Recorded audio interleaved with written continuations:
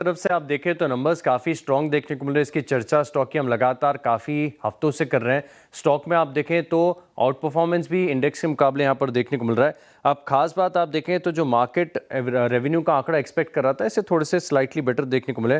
15,712 करोड़ के करीब का आंकड़ा यहाँ पर देखने को मिला। अगर आप डॉलर रेवेन्यू की बात करें तो यहाँ पर 1640 मिलियन डॉलर के करीब का एक्सपेक्टेशन थी मार्केट की और 1660 मिलियन डॉलर का आंकड़ा यहाँ पर आपको देखने को मिला। एबिट की बात करें तो again numbers better than estimates हैं। एबिट मार्जिन जो कि मार्केट 14.3% के अनुमान लगा रहा था, 14.4% के करीब देखने को मिला है। वहीं कांस्टेंट करेंसी ग्रोथ आप देखें तो सीक्वेंशियल तौर पर 2.6% की आ गई थी, जिसको मार्केट सिर्फ 1% अनुमान लगा रहा था। तो ओवरऑल आप देखें तो सभी पैरामीटर्स पर टेक महिंद्रा की तरफ से नंबर्स काफ़ी स्ट्रॉन्ग देखने को मिल रहे हैं। वहीं अगर आप बात करें विप्रो की, तो विप्रो तो लगातार निराश ही करता जा रहा है और ये क्वार्टर भी आप देखें तो चाहे किसी भी पैरामीटर पर देखें, चाहे आप डील विंस को देखें वो कमज़ोर है, ग्रोथ के लिहाज से देखें तो वो भी काफ़ी ज़्यादा सबड्यूड यहाँ पर देखने को मिला है। अब आईटी सर्विसेज सेगमेंट की रेवेन्यू देखें तो ये थोड़ी सी निराशाजनक देखने को मिली है।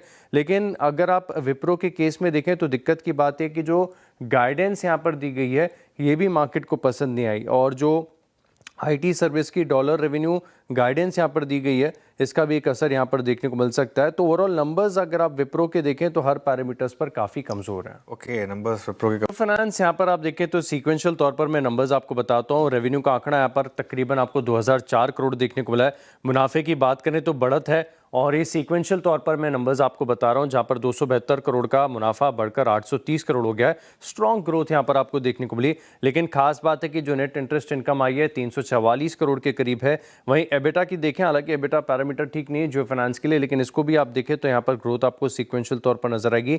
605 करोड़ से 1416 करोड़ का आंकड़ा यहाँ पर आपको देखने को मिला। अब बात कर लेते हैं पिरामल फाइनेंस की, तो इसके नंबर्स बढ़िया लग रहे हैं, अच्छे नंबर्स यहाँ पर देखने को मिल रहे हैं। खास बात यह कि मुनाफा 66% बढ़ा है और बड़ी बढ़त यहाँ पर आपको देखने को मिली है। 276 करोड़ से तकरीबन 460 करोड़ के करीब का आंकड़ा यहाँ पर आपको देखने को मिला है। टोटल इनकम 28% का इजाफा है, 2690 करोड़ से 3430 करोड़। और साथ में आप देखें तो खबरों का भी एक इम्पैक्ट है, क्योंकि एनबीएफसी है तो इनके लिए तो पैसा कच्चा माल होता है, रॉ मटेरियल होता है। तो 4000 करोड़ फंड रेजिंग को भी अप्रूवल यहाँ पर मिल गया है। तो पिरामल फाइनेंस खास फोकस रखेगा। ये हो गए दोनों फाइनेंशियल्स। बाकी नंबर्स कैश वाले इसमें आप देखें तो आपको सीएट यहाँ पर फोकस रखना चाहिए। नंबर्स थोड़े से ट्रिकी साइड पर लग रहे हैं, समझना थोड़ा सा मुश्किल हो रहा है। मुनाफे में लग रहा है कि एडजस्टमेंट्स काफ़ी ज़्यादा हैं, 112 करोड़ से घटकर 4 करोड़ हो गया। रेवेन्यू में 22% का इजाफा है। एबिटा में देखें तो स्लाइट वीकनेस आपको नजर आएगी, 6% की गिरावट है, 387 करोड़ से घटकर 365 करोड़ का आंकड़ा है। और जो कि मार्जिन 11% के थे पिछले साल इसी क्वार्टर के दौरान, अब वो घटकर 8.5% हो गए हैं। और एक्सेप्शनल आइटम आप देखें तो 7 करोड़ का देखने को मिला। नंबर्स को समझना थोड़ा सा मुश्किल हो रहा है, बारीकी से देखना पड़ेगा। वहीं बोरोसिल रिन्यूएबल्स यहाँ पर आप देखें तो नंबर्स बढ़िया लग रहे हैं। तो ये स्टॉक थोड़ा सा खबरों में भी, एक्शन में भी था। ये स्टॉक 17% का इजाफा पिछले साल के मुकाबले आपको कंपनी की रेवेन्यू में नजर आएगा। 347 करोड़ से बढ़कर 406 करोड़ का आंकड़ा है। मुनाफे की बात करें तो पिछले साल करीब 167 करोड़ का घाटा था, इसके मुकाबले टर्न अराउंड है, 87 करोड़ का मुनाफा यहाँ पर देखने को मिला है। 63 करोड़ का एबिटा बढ़कर 128 करोड़ हो गया। मार्जिन जो कि 18% के थे, ऑलमोस्ट 31.3% आपको देखने को मिले। तो नंबर्स काफ़ी स्ट्रॉन्ग। वी वर्क यहाँ पर भी एक बढ़िया टर्न अराउंड नजर आ रहा है। हालांकि इस बार भी घाटा है, लेकिन पिछले साल जो 14 करोड़ का घाटा था वो घटकर केवल 4 करोड़ के करीब का देखने को मिला। बाकी रेवेन्यू 28% बढ़कर 705 करोड़ हो गई है। एबिटा 30% बढ़कर 438 करोड़ और करीब 62.7% के जो एबिटा मार्जिन थे, अब वो 64% के देखने को मिले। यानी हर पैरामीटर्स पर पिछले साल के मुकाबले बहुत बढ़िया शानदार इंप्रूवमेंट है। ओके।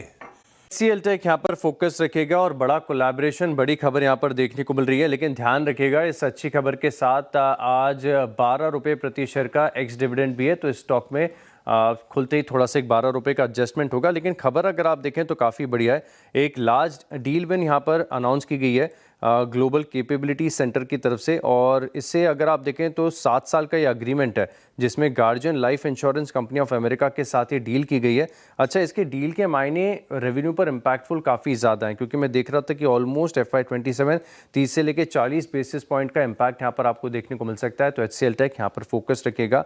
बाकी क्लीन साइंस एंड टेक्नोलॉजीज है, यहाँ पर भी आप फोकस रखें। इनकी एक सब्सिडरी है जिसने एक एक्विजिशन किया है और इस एक्विजिशन के चलते अगर आप देखें तो एक कुछ क्रिटिकल कंपोनेंट्स है जैसे हिंडर्ड अमाइन लाइट स्टेबलाइजर जिसे HALS कहते हैं, इसका एक बेनिफिट यहाँ पर देखने को मिलेगा। अजमेरा रियल्टी यहाँ पर भी नज़र रखिए, एक अपडेट आया है Q1 का जहाँ पर ये बता रहे हैं कि जो सेल्स वैल्यू है पिछले साल के मुकाबले 35% बढ़कर 146 करोड़ हो चुकी है और एरिया जो इन्होंने बेचा है वो करीब 43,737 स्क्वायर फीट है और टोटल कलेक्शन 173 करोड़ के देखने को मिला है। सिमिलरली प्रेस्टीज एस्टेट्स यहाँ पर भी आप देखें तो Q1 का जो प्री सेल्स का आंकड़ा है ये अब ऑलमोस्ट 6,580 करोड़ के आसपास है। 4 नए प्रोजेक्ट इन्होंने क्वार्टर के दौरान लॉन्च किए हैं और 370 करोड़ की गारंटीज भी एडिशनल इन्होंने जारी की, तो इसके चलते यहाँ पर फोकस रखिएगा। कोल इंडिया की तरफ से कोल से अब रिन्यूएबल की तरफ जो कदम है लगातार आगे बढ़ते जा रहे हैं और इन्होंने 300 मेगावाट के और साथ में 200 मेगावाट का भी एक सोलार प्रोजेक्ट गुजरात में लॉन्च किया है। कुछ और खबरों के लिहाज से देखें तो लेज़र पावर एंड इंफ्रा यहाँ पर भी नज़र रखिएगा। कल की जो लिस्टिंग है हाल ही की, इसमें काफ़ी बड़े नाम आ रहे हैं और इसमें बहुत सारे म्यूचुअल फंड्स है, बैंक ऑफ अमेरिका का भी नाम निकल कर आ रहा है, तो यहाँ पर फोकस रखिएगा। और नीलकमल है, नीलकमल में एक्शन खास देखने को मिल सकता है क्योंकि अबाकिस इन्वेस्टमेंट की तरफ से आप देखें तो 2,80,000 शेयरों की खरीदारी की गई है। हाँ।